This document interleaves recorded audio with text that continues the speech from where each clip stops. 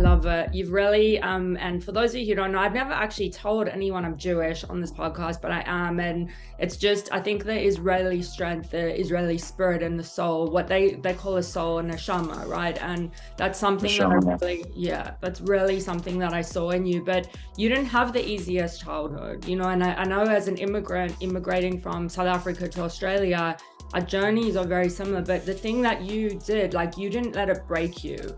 You actually let it, you know, define you, make you better. And I know that you said you basically, if you don't know something, you'll work out how. So walk us through, I mean, what was school like for you, being in a new country? Your story is so interesting. And I know also the language, right? You had to learn English. You couldn't even speak a word of English.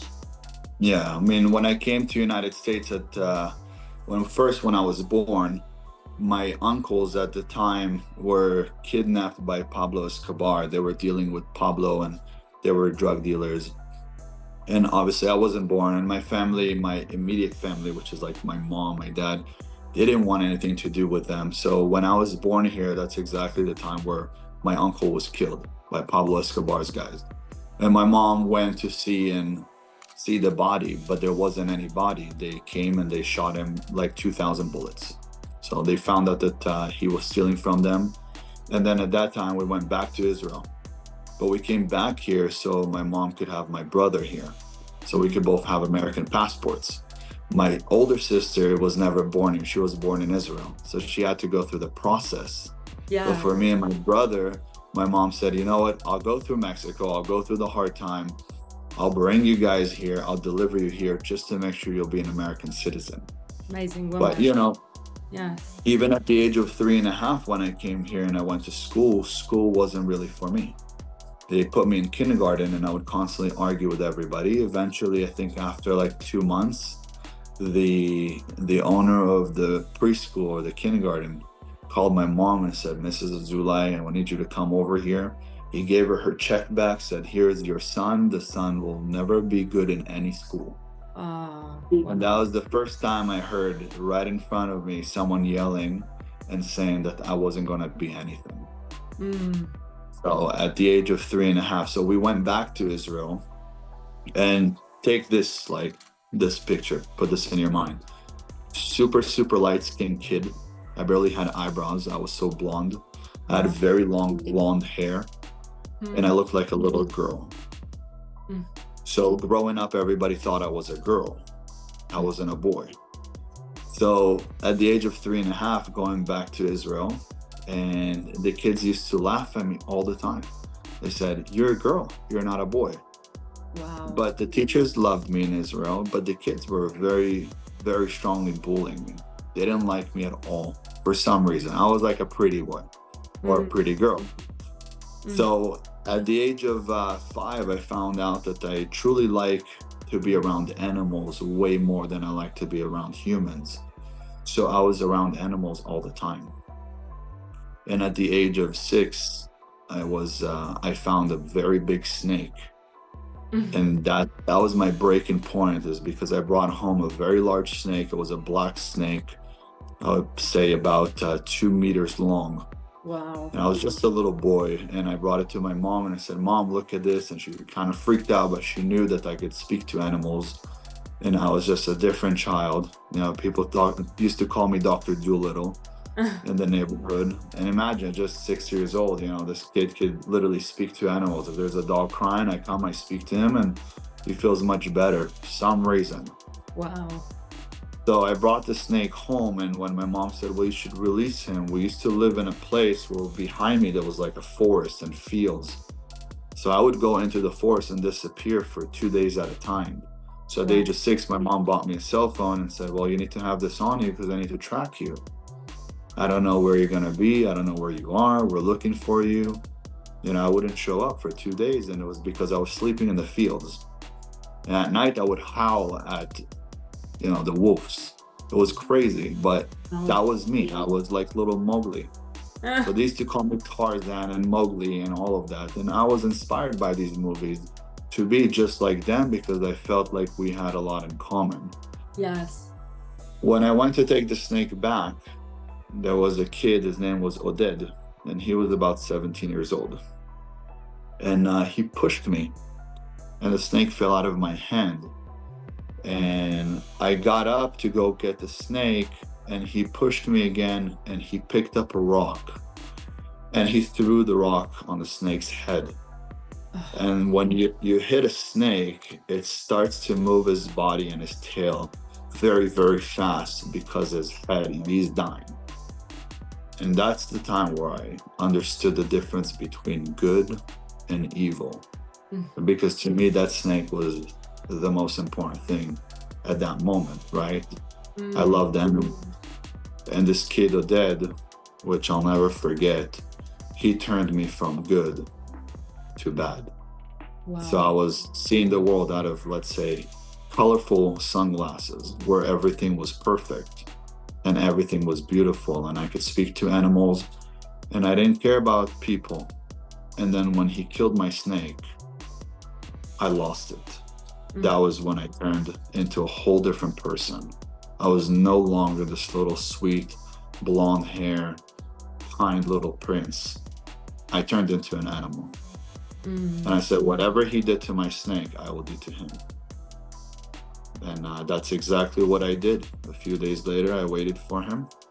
And when he walked, I came behind him and I hit him with a brick over the head. And when he fell on the floor, I hit him one more time. And I was 6, he was 17. Wow. And that was the first time I got interrogated by the police of what the hell does a 6-year-old have to do with a 17-year-old, and why did I crack open his head? That was like my first like thirst for blood and anger, you know? But before that, I was the sweetest little boy. What a story. And from there, I started, growing up. My parents kind of started keeping me away from some of these kids in the neighborhood, because I already saw things differently. I also realized that it doesn't matter how small you are, when you do something, people react differently. They no longer bullied me. So at the age of 8, we moved to Amsterdam. And in Amsterdam, I kind of went into this la la land again, because you have rabbits everywhere, you have chickens, there was the parks. So my parents would take me there, and I would go and play with the animals, and I felt free again. And then we went back to Israel, and then at the age of 10, they brought me to the United States. And that's like kind of when my life went into shit in my mind, obviously. Because we lived in Israel we had a 3-story house. We lived in a place where it was like farmland and forest behind me. And at the age of 10, they brought me here to live with my whole family in a 2-bedroom apartment, and put me and my brother in the same bedroom. And my smart dad put 2 TVs in the bedrooms, so we could both watch TV at the same time in different channels, and keep putting up the volume and fight with one another. Wow. So it was like coming into a place where I had a 3-story house, I had land, I had everything. I also had many dogs. I had 19 dogs. I used to rescue dogs in Israel. Wow, special.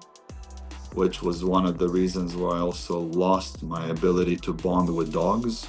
Although I do have dogs and I've had dogs, but when I was 10 and we wanted to come here, I had dogs and we were looking for homes for them. I didn't want to give them away.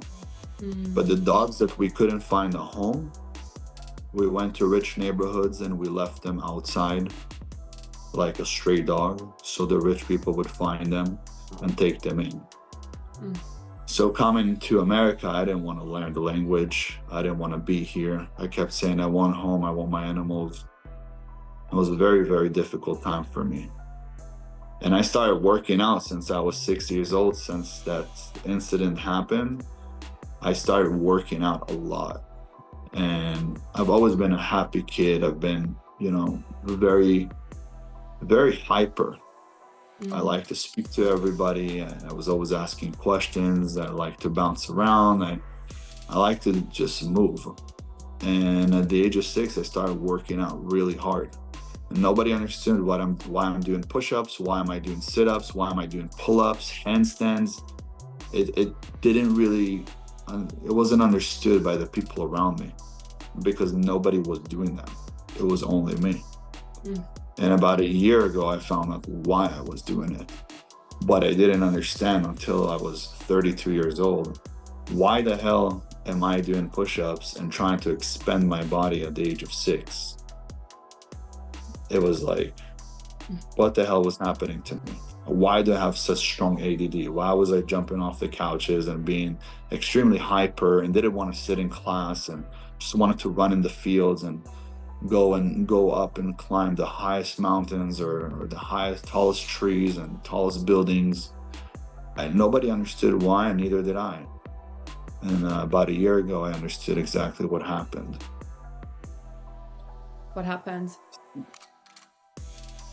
So I realized that some people are born with higher souls than their own bodies, because we are spiritual creatures and we live in a physical body.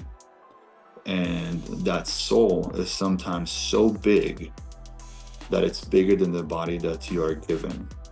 And as humans, we don't know, but we receive from God a body and we receive a soul, and the soul and the body have to be business partner, and they have to coexist until you die. But your soul does not want to be stuck in a body. My soul felt claustrophobic. So my soul didn't want to be stuck in a body. And once I turned 32, I understood my soul was just higher than my own existent body, my existent being. So you have a soul that's higher than your body and also bigger. I felt claustrophobic. I constantly tried to expand my body to fit my soul inside. And when I reached the age of 32, I got to 230 pounds of like solid muscle. And I realized I'm so comfortable at that weight. And all of a sudden I'm not being suffocated by my body, but my soul constantly wanted to leave my body. Wow. And that's why I was jumping all around. I was extremely hyper because my soul did not want to exist in a body. It felt like something was keeping it congested, you know? Like it was, my body was holding my soul back. My soul wanted to fly.